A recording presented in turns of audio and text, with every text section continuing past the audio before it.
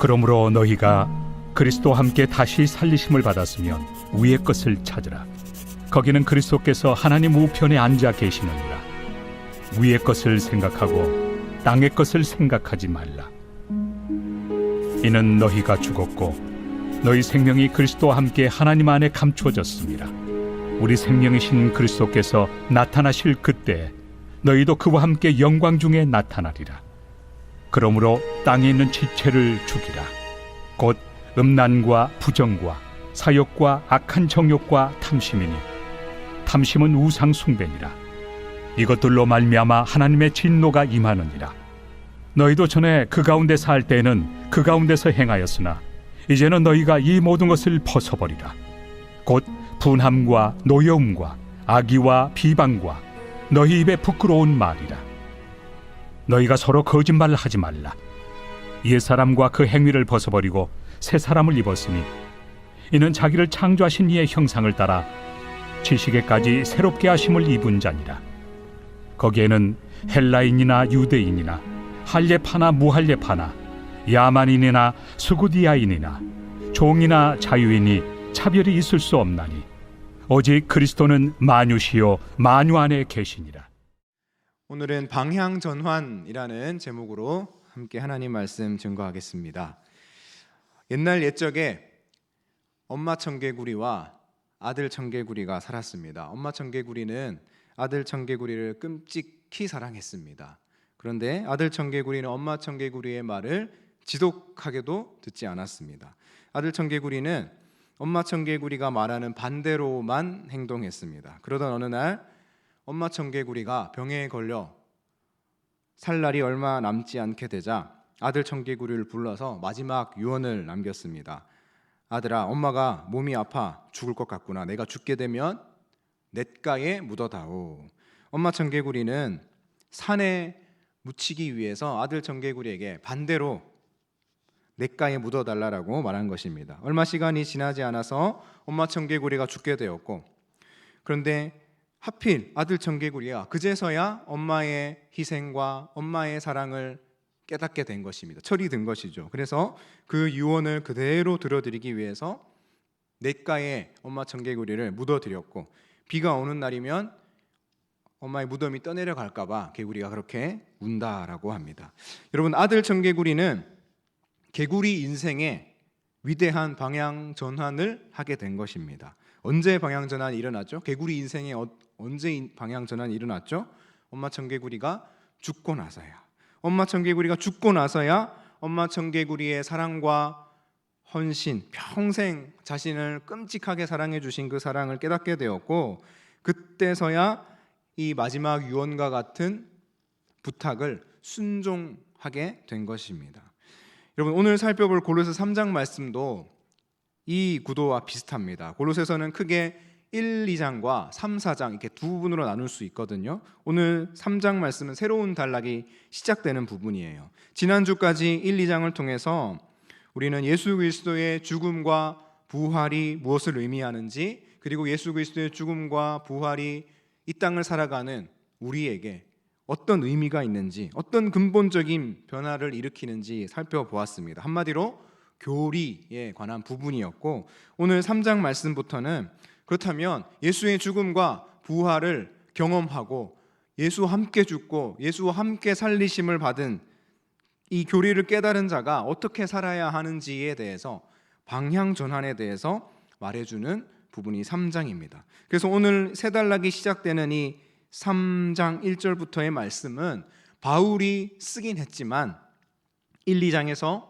우리를 위해 생명을 내어주시기까지 우리를 사랑하신 우리 사랑하는 주님의 말씀이기도 하다라는 것입니다. 우리를 뜨겁게 사랑하시는 주님께서 우리에게 주시는 말씀이요, 우리 인생에 마치 개구리 인생처럼 우리 인생에도 방향 전환을 일으키는 놀라운 능력의 말씀이라는 것입니다. 주 안에 사랑하는 성도 여러분, 사람을 바꾸는 것은 사랑의 능력 외에는 없는 줄로 믿습니다. 오늘 이 사랑의 말씀이자 사랑의 부탁이자 또 십자가의 생명을 내어주신 주님의 유언과도 같은 이 말씀이 우리 가운데 사랑의 능력으로 작용하게 되어서 우리 마음이 변화되고 우리 인생에 방향 전환이 이루어지게 되는 그러한 능력의 말씀 되기를 간절히 소망합니다. 여러분, 예수님을 믿으십니까? 아멘이시죠. 예수님께서 십자가에 죽으신 것, 그리고 3일 만에 부활하신 것을 믿으시죠? 정확히 이 믿는다는 것이 어떤 것입니까? 예수님께서 왜 십자가에 죽으셨습니까? 인류의 죄와 저와 여러분의 죄 때문에 십자가에 달려 죽으셨습니다. 그런데 그렇게 간단하게 설명할 수 있는, 이렇게 단순하게 말할 수 있는 것이 아니죠. 단순히 저와 여러분의 죄를 넘어서, 인류의 죄를 넘어서 그 죄 때문에 모든 인생들이 겪게 되는 고통의 문제, 또 여러 가지 고민의 문제, 결국 고통과 고민이 이어져서 다다르게 되는 죽음의 문제까지 예수님께서 대신 십자가에 달리심으로, 대신 고통당하심으로, 대신 십자가에서 죽으심으로 단번에 해결된 것입니다. 그리고 예수님께서 3일 만에 부활하심을 믿음으로 고백하는 모든 자에게 동일한 부활의 소망이 주어진 거예요. 이건 역시 간단하게 말할 수 없죠. 이 땅에서 우리가 80년, 90년, 100년 이것을 사는 것을 넘어서 우리는 이 부활 소망 가운데에서 영원이라는 시간을 살 수 있는 존재가 되었다라는 것입니다. 그런데 여러분, 이 위대한 예수 그리스도의 죽음과 부활이 우리 가운데 믿음으로 들어와 있는데 우리에게 여전히 고민이 있습니다. 저는 어떻게 고민하냐면요, 이 위대한 십자가와 부활이 내 가슴 속에, 내 영혼 속에 분명히 있는데 왜 나의 삶이 아직도 요 모양 요 꼴일까라는 고민이 저한테 있다라는 것입니다. 여러분, 저는 제가 요 모양 요 꼴로 살아가는 게 너무나 고통스럽고 너무나 고민스럽습니다. 예수님께서 십자가의 모든 고통의 문제를 해결하셨다는 것을 믿습니다. 그런데 저는 여전히 고통스러워요. 늘 기쁨만 넘치고 늘 평안해야만 이 십자가의 능력이 그대로 나타난 것이라고 믿는데 여전히 삶의 문제들이 저를 지배하고 있고 죄의 문제들이 저를 넘어지게 만들고, 그래서 하루에도 몇 번씩 좌절감을 느낀다라는 것입니다. 또한 영원이라는 시간, 영원이라는 참된 소망이 주어졌음을 믿으면서도 왜 이렇게 하루하루의 삶에 근심이 많고 걱정이 많고 이렇게 하찮아 보이는 것들로 고민하고 있는지 제 자신이 너무나 고민스럽고 고통스럽다라는 것입니다. 여러분들은 어떻습니까? 우리 삶에 위대한 방향 전환이 일어났습니다. 예수 그리스도의 십자가와 부활로 우리 삶에 그 십자가의 능력이, 부활의 능력이 이미 우리에게 주어졌지만 그럼에도 불구하고 왜 우리의 삶이 여전하냐라는 것입니다. 이러한 의문에 대해서 오늘 사도 바울이 우리에게 말해주고 있습니다. 1절에서 4절 말씀에 바울이 말하는 바는 방향 전환이 우리 가운데 일어나긴 일어났는데 어떤 방식으로 이 방향 전환이 일어났는지 우리에게 두 가지를 말하고 있습니다. 첫 번째는 조금 어려울 수 있는데요, 방향 전환은 방향성의 전환이다라고 바울이 말하고 있습니다. 여러분, 방향 전환은 완전히 앞으로 가던 것이 뒤로 방향을 바꾸는 것입니다. 그렇다면 방향성의 전환은 뭐죠? 방향성은 방향의 성질이죠. 방향성이라는 것은 어떤 방향으로 계속 가려고 하는 성질입니다.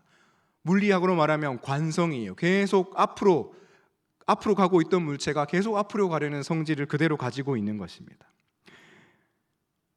우리의 방향 전환이 이와 같다는 것입니다. 여전히 땅을 향하려는 성질이 우리에게 그대로 남아있다라는 것을 바울이 전제하고 있는 것이죠. 바울은 이것을 어떻게 설명하고 있느냐, 우리 1절 2절 말씀을 함께 읽어보겠습니다. 1, 2절입니다. 시작. 그러므로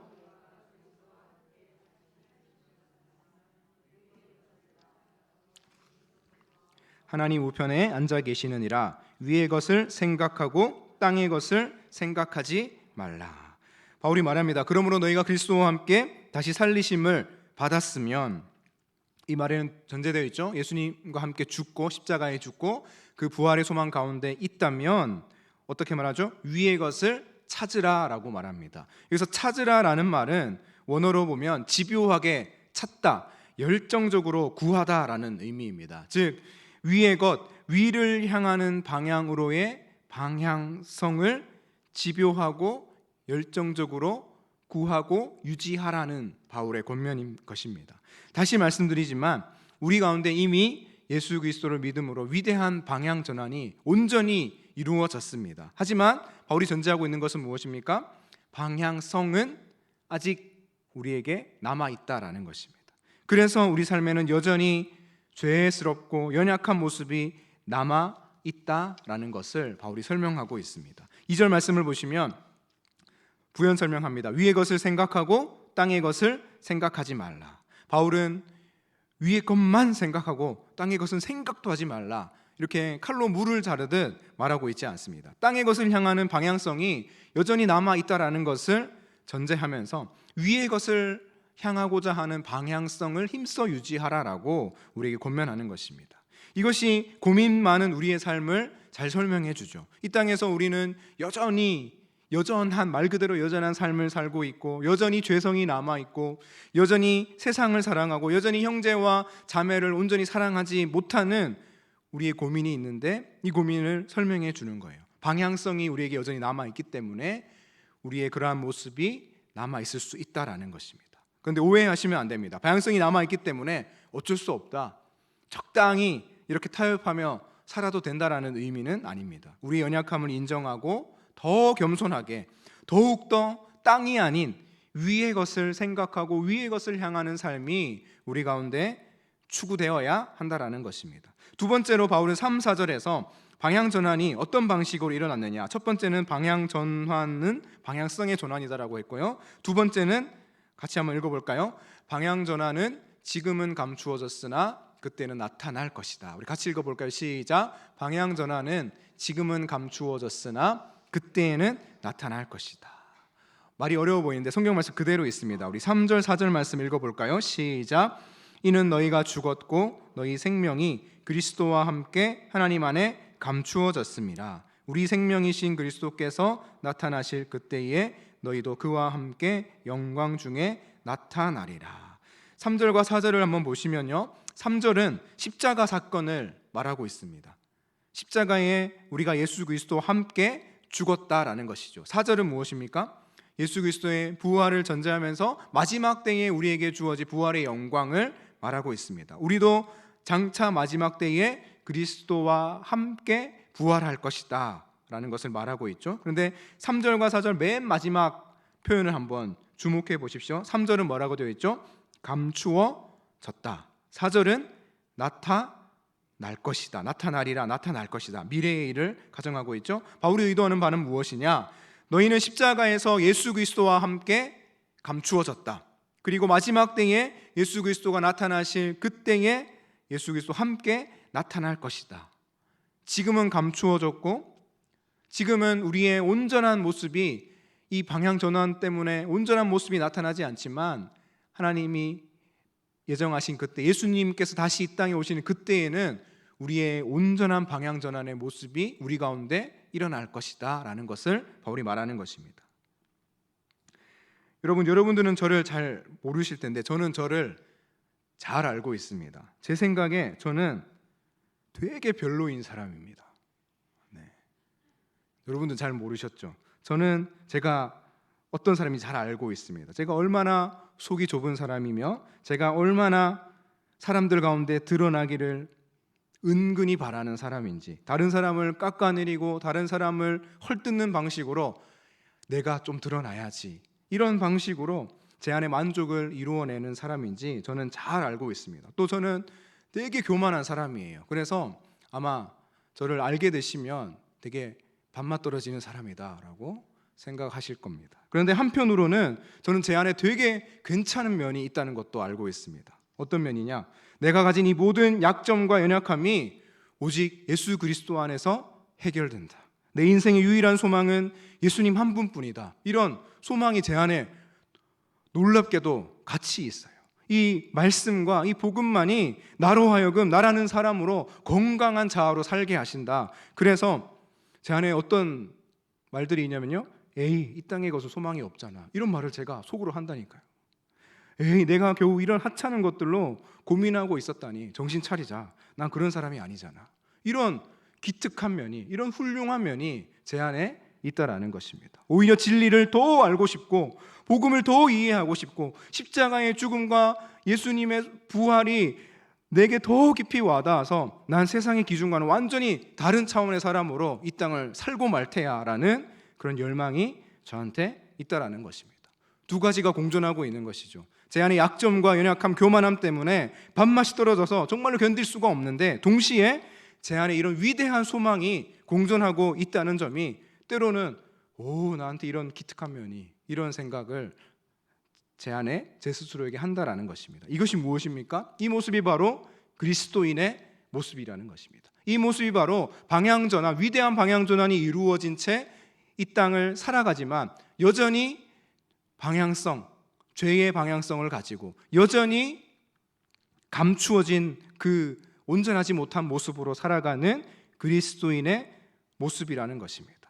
그래서 여러분, 우리 자신에게 실망할 때가 있습니다. 도무지 나라는 존재가 이해가 되지 않아서 어떻게 너는 그렇게 살 수 있느냐, 그대로 주저앉고 싶을 때가 우리에게 있지만 그럴 필요가 없다라는 것이죠. 우리 가운데, 다시 말씀드리지만 우리 가운데 이미 온전한 방향 전환이 이루어졌으며 다만 아직 감추어졌을 뿐, 장차 완성될 날을 소망하며 우리에게 나아갈 위대한 소망이 우리에게 동시에 있다라는 것입니다. 주 안에 사는 성도 여러분, 바울이 말하고 강조하는 이 방향 전환을 잘 이해하시기 바랍니다. 매일매일 나 자신과 이 사실을 붙들고 이 진리를 붙들고 사투를 벌이시기 바랍니다. 그래서 여전히 우리는 연약하고 보잘것없지만 진리와 복음을 향한 위대한 소망을 품고 장차 주님 부르실 때까지, 또는 주님 다시 오실 때까지 매일매일 성숙해 가기를 열망하며 나아가시는 저와 여러분 될 수 있기를 간절히 소망합니다.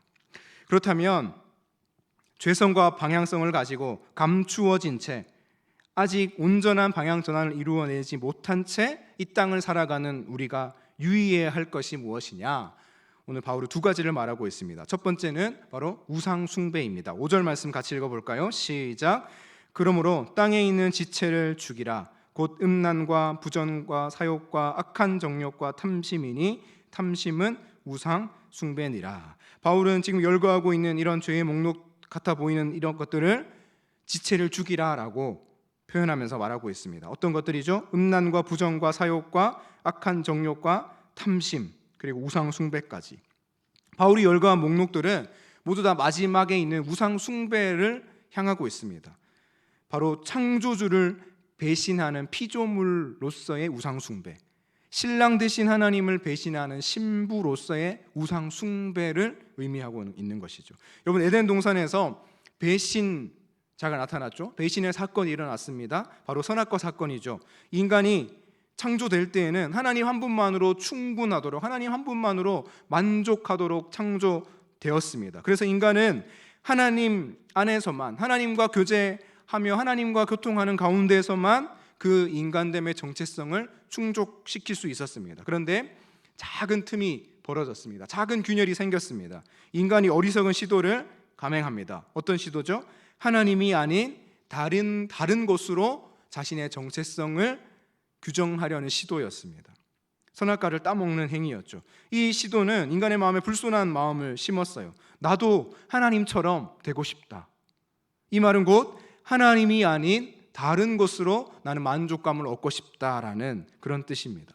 이것이 바로 오늘 5절 말씀에 말하고 있는 사욕과 악한 정욕과 탐심입니다. 이 탐심 때문에 피조물인 인간은 창조주 되신 하나님을 떠나버렸습니다.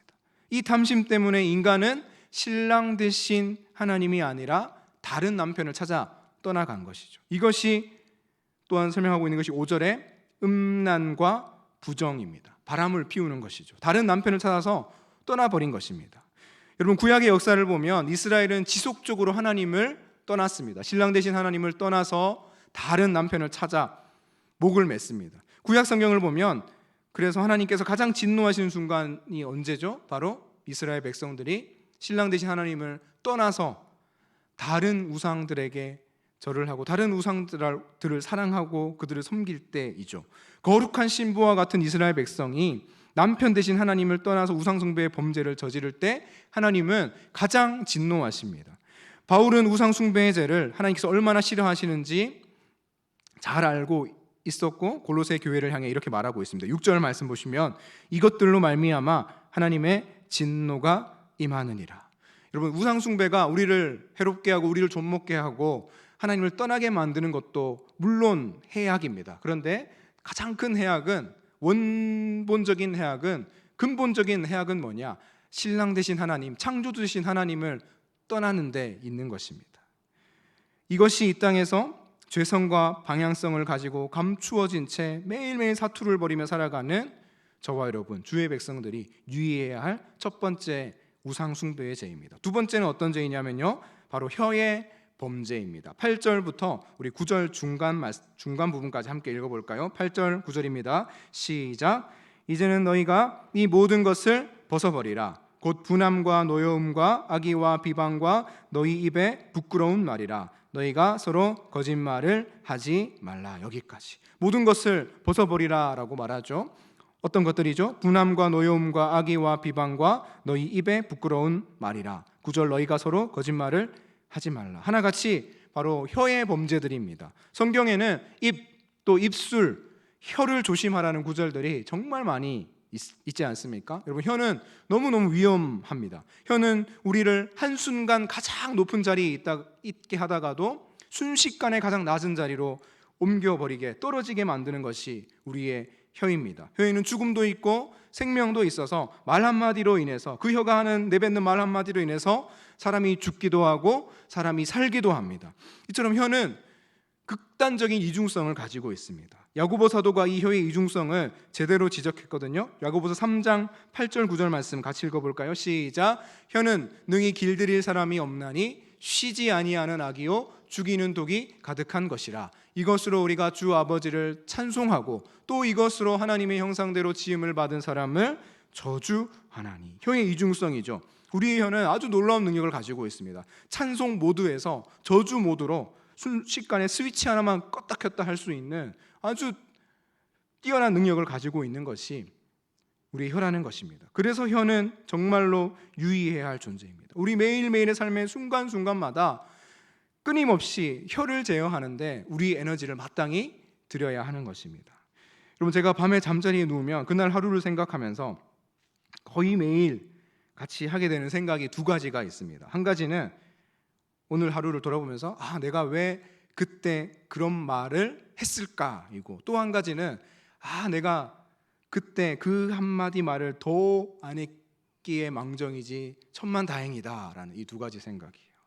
전자는 왜 그때 그런 말을 했을까는 이미 내뱉었으니까 이제 제 손을 떠난 거니까 앞으로 잘 해야죠. 어쩔 수 없습니다. 그런데 후자, 말 한마디를 아낀 것을 생각하면 제 가슴을 이렇게 쓸어내립니다. 와, 다행이다. 그때 말 한마디 더 했다면 어떻게 되었을까를 생각한다는 것이죠. 이처럼 우리의 혀는 위험하고 치명적입니다. 언제든 야고보 사도가 말한 것처럼 찬송과 저주를 왔다 갔다 할 수 있는, 동시에 쏟아낼 수 있는 가능성이 우리 혀에 있다라는 것입니다. 주 안에 사는 성도 여러분, 혀를 다스리는데 은혜를 달라고 구하시는 저와 여러분 될 수 있기를 간절히 소망합니다.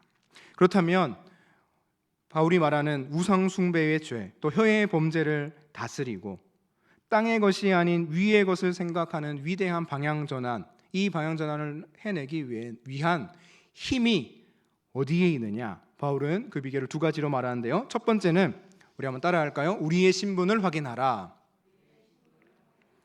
오늘 9절 하반절과 10절 말씀 읽어볼까요? 9절 옛사람과부터 읽습니다. 시작. 옛사람과 그 행위를 벗어버리고 새 사람을 입었으니 이는 자기를 창조하신 이의 형상을 따라 지식에까지 새롭게 하심을 입은 자니라. 아멘. 바울은 말합니다. 옛사람과 그 옛사람에게나 어울리는 행위는 벗어버려라. 우리의 옛자가 덕지덕지 걸치고 있던, 우리의 옛사람이 너저분하게 주렁주렁 달고 있던 그 모든 헛된 것들을 다 벗어버려라, 무장해제하라 라고 명령합니다. 이제 그런 것들은 필요가 없기 때문입니다. 거추장스러운 것들이기 때문입니다. 왜요? 바로 우리가 신분이 완전히 변화된 새 사람을 입었기 때문입니다. 새 사람을 입었다는 것이 무엇을 의미합니까? 10절에 이렇게 말하죠. 자기를 창조하신 이의 형상을 따라 지식에까지 새롭게 하심을 입은 자니라.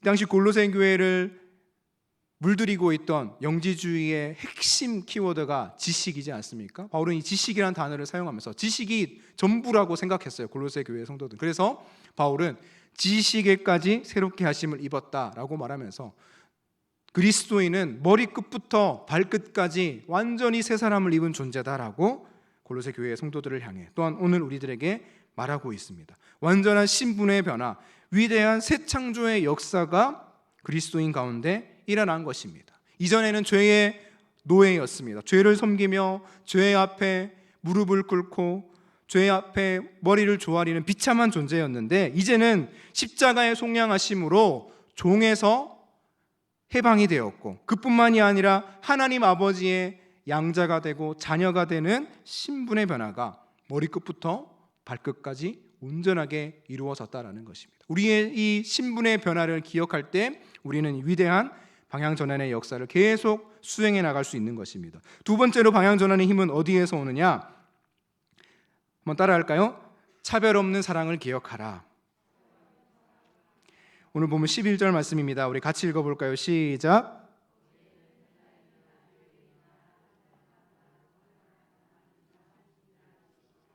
종이나 자유인이 차별이 있을 수 없나니 오직 그리스도인은 만유시요 만유 안에 계시니라. 아멘. 여기 헬라인과 유대인이 한 분류이고 또 할레파, 무할레파 이렇게 두 부류씩 한 분류인데요. 보시면요, 헬라인과 유대인은 어떤 차별을 받았느냐? 민족적 차별을 받았습니다. 할레파나 무할레파는 할례를 받았느냐, 할례를 받지 못하였느냐, 받지 않았느냐의 할례 유무로 차별을 받았습니다. 야만인과 수구디아인은 헬라 말을 사용할 수 있느냐, 헬라 말을 사용하지 못하냐, 구사하지 못하느냐의 문제로 차별을 받았고요. 종이나 자유인은 그대로 노예 제도적 차별을 받았습니다. 그런데 이 모든 차별은 예수 그리스도의 복음 아래에서 사라졌습니다. 예수 그리스도를 주로 시인하고 믿으면 하나님의 자녀가 되는 권세를 누구나 차별 없이 받을 수 있게 된 것입니다. 이것은 당시로서는 혁명과도 같은 일이죠. 오늘 우리에게는 그리 와닿지 않지만 이것은 복음적 혁명이었습니다. 여러분, 이러한 차별 없으신 예수님의 사랑이 왜 이토록 위대한 것인가? 오늘 우리의 예로 한번 설명해 보겠습니다. 여러분, 신상 공개 명령 제도 아시죠? 최근에 뉴스에 나오는 사건들과도 관계가 있습니다. 사회적으로 허용 범위를 넘어선 끔찍한 범죄를 저지른 사람, 스스로 인간으로서의 존엄성을 포기하기로 적극적으로 선택한 사람의 신상을 공개하는, 그 공개를 명령하는 제도입니다. 우리 사회는 이 사람을 완벽한 죄인으로 인정한다라는 사회적 합의죠. 신상 공개 명령 제도에 전제되는 것이 무엇입니까? 이 죄인은 죄인으로 우리가 차별 대우한다. 이 죄인은 차별 대우해도 마땅하다라는 것입니다. 그래서 이 신상 공개 명령 제도의 이 차별성에 대해서 뭐 헌법적으로 찬반의 의견이 분분하다라고 하는데요. 저는 찬성이냐 반대냐 그런 이야기를 하려는 것이 아닙니다. 여러분, 나라는 사람의 속사람을 가만히 한번 들여다보십시오. 이 시간 얼마나 악하고 얼마나 죄가 많은 존재입니까? 그런데 나라는 사람이 하나님 앞에 서 있습니다. 하나님은 어떤 분이시죠? 우리와 극과 극이시죠. 정반대이시며 하나님은 완전히 의로우신 분이시고 죄와 가까이 하실 수 없는 분이십니다. 그러니 우리와 교통할 수 없는 분이시죠. 동시에 하나님은 어떤 분이시죠? 우리의 속사람을, 나의 속사람을 훤히 들여다보실 수 있는 분이십니다. 그렇다면 객관적으로 나는 하나님께 죄인으로 차별 대우 받아야 마땅한 존재가 아닐까요? 의로우신 하나님이 우리 한 사람 한 사람을 손가락질 하시면서 온 세상에 이 나쁜 놈 좀 보십시오 라면서 우리의 신상을, 나의 신상을 온 천하에 공개하셔도 우리가 부당한 처사라고 말할 자격이 없는, 우리는 그런 존재들이라는 것입니다. 그런데 하나님은 그런 우리를 차별하지 않으셨습니다.